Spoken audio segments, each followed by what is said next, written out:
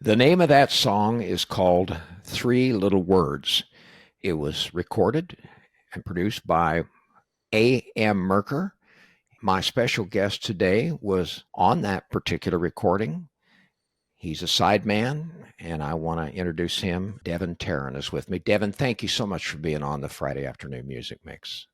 Thank you so much for having me. This is a great pleasure to be here today. Well, we met recently at a DJ forum. When I heard you speak about what you did for a living, how you interfaced with other groups, it reminded me so much of that 2014 documentary that is titled Sidemen, Long Road to Glory. That I think you can see that still on Amazon Prime, on other streaming platforms.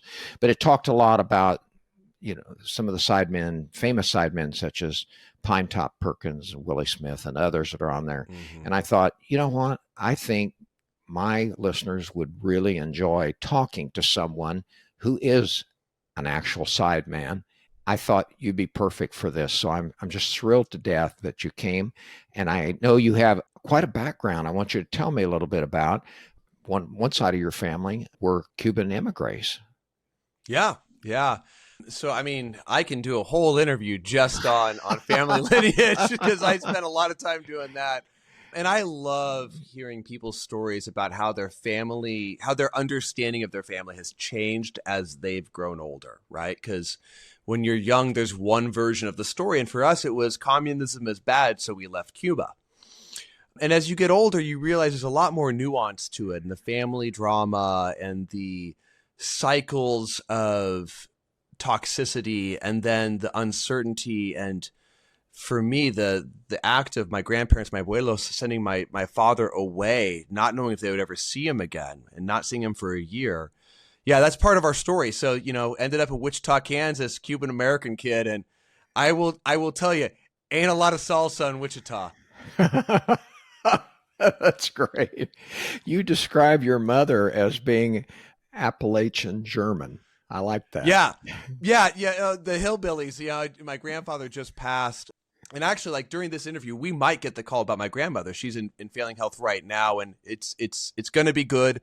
Family is there around her and surrounded, and we're in contact. But, her husband of over 70 years passed probably about 6 weeks ago, and he was a man who didn't have a pair of pants until he went to first grade. Wow. Until he had the first physical. Like, his parents didn't know he was blind in one eye. Like, this is like they were Appalachian, like, migrant farmers. And his job was to walk in the grain silo. So this is a thing. I don't know if you've ever heard of this. In the grain silo, he'd wear like these big hats, like what you imagine in like, old images of Chinese rice paddies, right? The big kind of cone hats. And he'd wear that and they'd launch corn into the silos. And his job was to walk on it so there weren't holes that somebody could sink into as it's being poured in from 50 feet above him. So my grandfather, Willard Kratz, amazing man. And so yeah, Appalachian German hillbillies.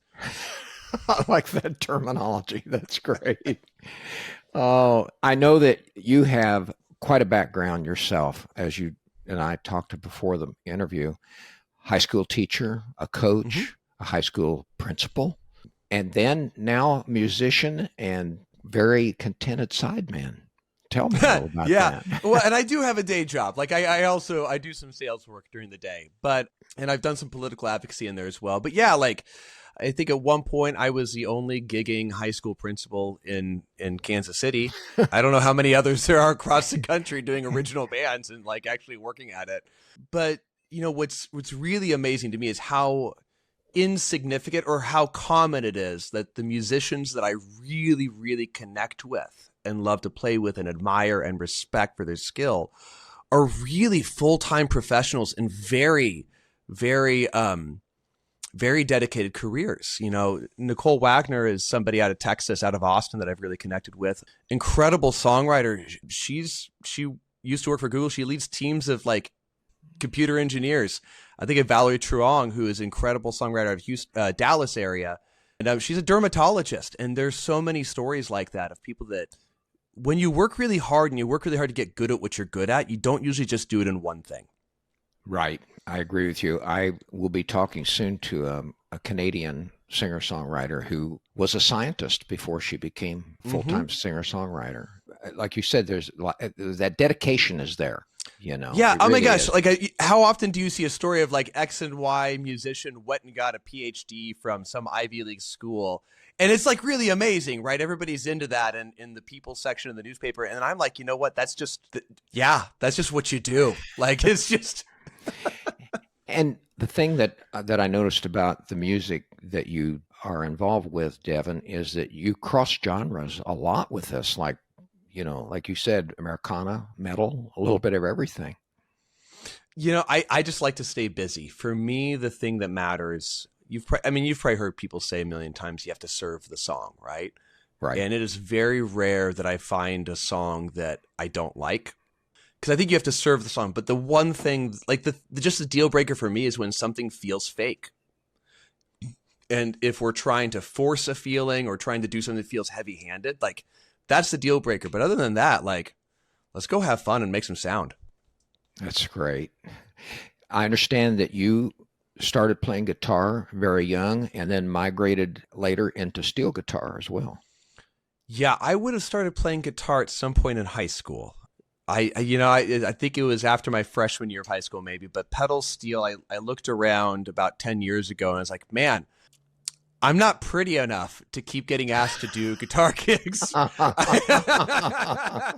And old guitar players are not cool. Old guitar players are a little bit cringe, but old pedal steel players, if you got an old pedal steel player in your band, you're legit. So I saved up, bought a pedal steel, and funny thing, Timbers. So Aaron, my buddy in Timbers, he had asked somebody else to play a gig with him at one point, who turned it down because he was too busy. And he's like, yeah, but Devon bought a pedal steel and he's playing it. And what he didn't tell Aaron was that I had bought it like 2 days before that phone call. And so the start of Timbers was the frontman Aaron giving me a call and saying, hey, we'd never met before. Do you want to do a gig here in 2 weeks? It's like, yep, I'm going to go learn pedal steel in 2 weeks. So here we are. Incredible. Let's do a second song of yours that you were sideman on. This is by Marty Bush, and the name of the song is called Papa Told Me.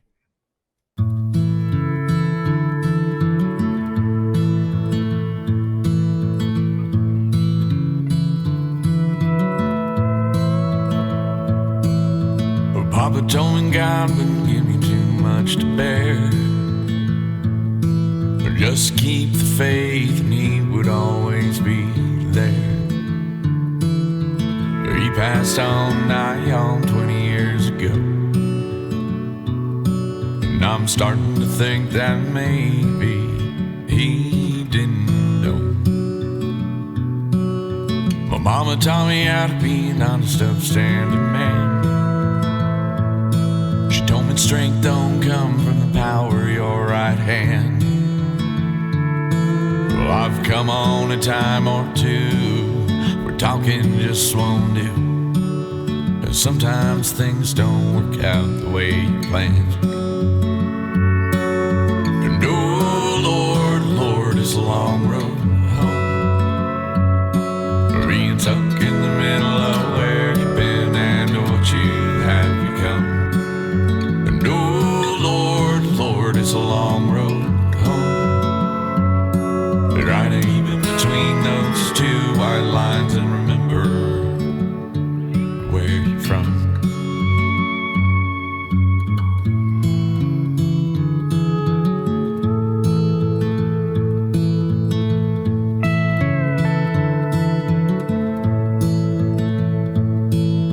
My brother told me how to live like you're gonna die, how to make a friend of every passerby. But he's still kicking at the age of 32, but still trying to figure what it is that he's gonna do.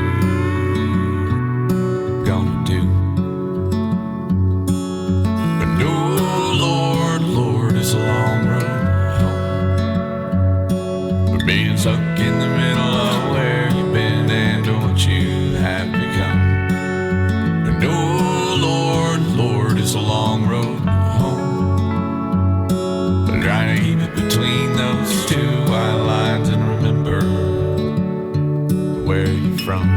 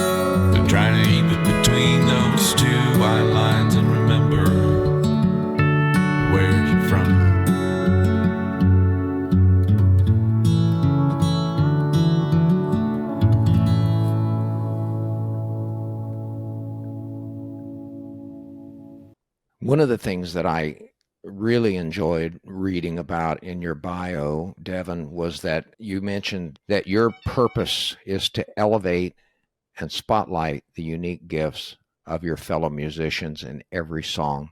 That's I really like that. It's great. You. It shows your dedication, and then you also mentioned that it's slow but steady progress. I like that. It's good. It takes time. Yeah. Yeah. So how long have you been actually involved as a sideman now? I just think, man, like, I think I've had a very serious run of playing music over the last 15 years. So I would look back to doing things with Aaron Hale and Himalayan Adventure League as kind of the start of some of that and what I would call my being very serious about a phase, not just being like a kid hanging out and just wanting to play guitar all night with friends. So great. Do you do other instruments besides regular guitar, six string, and steel? I fake it on a lot of things. Yeah. I mean, like the thing I like to say is I might not know how to make it play the right notes, but I can sure avoid some wrong ones. For me, I think everything is musical, right? With the exception of figuring out how to do wind instruments, because wind is a different thing. I kind of feel like there's always, you might not be excellent at something, but you can always find something that fits and serves and elevates a song, whether that's a pedal steel or a guitar or a table. I mean, or just knocking on spots in the wall. I think that the process of finding sounds that fit spaces, musicians just do that. That's great. Devon, do you have a source of like a website or a YouTube channel where people can go and listen to the different songs that you've been involved with over your career? Yeah, I think, the easiest thing to follow me is on Instagram at Devon Teran. My TikTok's at Devon Teran Music because some punk kid got my name before I did. But there's only one other Devon Teran I've ever found. Yeah, at Devon Teran. And in my links, I have devonteran.com. You can find my stuff. Mostly it's portfolio of like playlists you can find on Spotify because I have all my stuff with other people. But, I am, I think, also in a phase of transitioning to thinking like, how do I also think about my own stuff? But right. Yeah, it's available. If you find me on social, that's the easiest, to be honest. Okay. And devonteran.com. Like I've got devonteran.com, so you'll find me there. Good. That sounds great. My special guest today is Devon Teran, who's a sideman, a real sideman. Actually, the first one I've ever met, and I really am grateful for you being on the show today. What's next? I guess you're getting ready to go on a few gigs here coming up pretty quick, like the next day or so. Yeah. Well, I just finished Boulevardia Festival this weekend, which is a Kansas City festival, and I played with 3 different bands for that one. So Timbers, David Luther, and Kristen Hamilton. All really fun stuff. And then tomorrow is Make Music Day for us. I guess now I'm putting us in a time frame, and people will know that we recorded this ahead of time because Make Music Day is June 21st, so you can edit that out later. But I'm doing that tomorrow, and then I'm getting back, have a number of local gigs and playing the Underground Music Showcase. We just got, early today, our time will be July 29th. I think it's 7:30 p.m. in Denver. Great. For Timbers. That sounds great. Devon, thank you so very much for joining me here today. It's been a wonderful listening to, how you go about doing this. I hope that our paths will cross again in person the next time. And we'll make it happen. Yeah, especially if you get out into the Pacific Northwest. I'd love to have you come by the studio. That'd be a lot of fun. I would love that. And go to see some of your gigs as well. That'd be super. Once again, my special guest is Devon Teran, Kansas City based sideman. Let's go out with a third song that you collaborated with, which is your own primary band, Timbers. And the name of this song is called Anything. Devon, thanks again. Thank you pleasure so to have much, you here. Greg. Thank you. It's so much fun. Thank you.